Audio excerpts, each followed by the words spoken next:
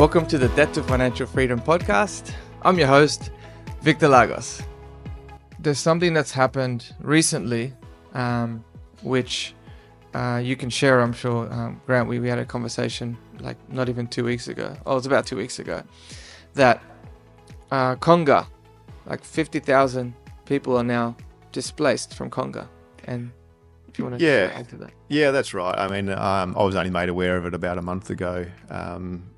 The location of our first school in Burundi, a village or a province called Chibitoke.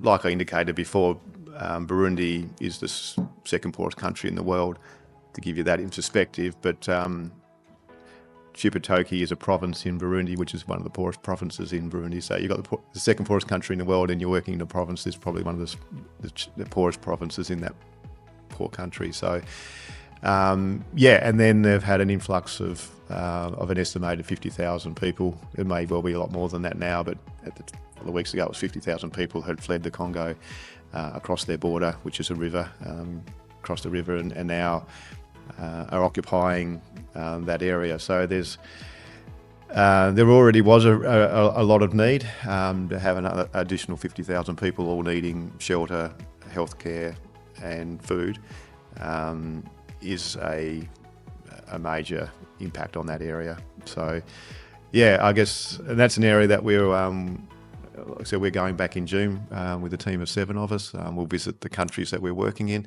Burundi is certainly one of those countries we endeavour to go back to. And the in-country organisation that we partner with has said, I'm glad you're coming, but there's a real need here right at our doorsteps right now, with all these people that are needing immediate help, immediate assistance. So, and that's why I mentioned to you about this, that what can we do to help? How do we get involved with this? So I've been in contact with a guy called Jackson who runs one of our projects over there. He wants to feed 1,000 families. So when I say feed 1,000 families, he wants us to fundraise here the money to do that. There's enough food in the country that he can source, or even outside the country, but essentially a package consists of 15 kilos of maize or maize meal. It consists of 10 kilos of beans.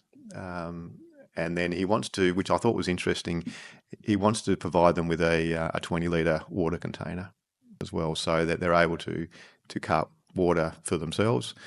But I guess the food is a handout. The food will only last a period of time. Just to give you a bit of perspective on that as well, like that food package costs, including the water container, costs $25 Australian. Wow. So I guess, we want to do 1,000 of those, but that's 1,000 packages, which represents 5, 6, 7, 8 people in the home. You know what I mean? So there's probably 5,000 to 8,000 people that will impact for at least 2 weeks with that amount of food. This is actually, like you said, it's specific aid that is needed right now. This isn't sort of for the future. It's like literally, this is something that's needed. So I'm going to get this on all of my social media platforms. I'll get it out to my database of customers, of people that have dealt with me. So if you're listening to this and you want to contribute, we'll make it really easy for you. We'll put a link in the show notes. It'll go a long way. You heard what Grant said, 100% of it will reach the people that actually need it. $25 will feed at least a family or a household of 8 for 2 weeks. One thing I'll also commit in that, if anyone is not my client and listens to this, and you come into my company called Lagos Financial, if you have an existing mortgage and you want to refinance it, or whether you're buying anything, 80% of what I earn from that will go straight to this. Wow. Yeah. So 20% is just to cover costs, pay for my staff, but 80% of everything I earn from that, I'm going to give away to this cause. So, awesome. Look, I just firstly want to just say, thank you for all the good work that you do. I want to acknowledge you for that and the impact you're making to many people's lives. Even anyone who's listening and hearing this, if you can I'm sure you will touch people's hearts and emotions, and hopefully inspire them to do good and contribute to an immediate cause that we have here, or even the long-term great cause with Villages of Life and building those schools. But again, thank you, Victor. Appreciate the opportunity and what you're doing and the difference that you're making, and even your mantra in business and life. That's very cool as to what you're trying to do as well. Thank you, yeah. And just thanks for being an inspiration. I want to help good people become wealthy, so that then when they're wealthy, they can do more good. However, you've shown today that you don't need to be wealthy first to do good.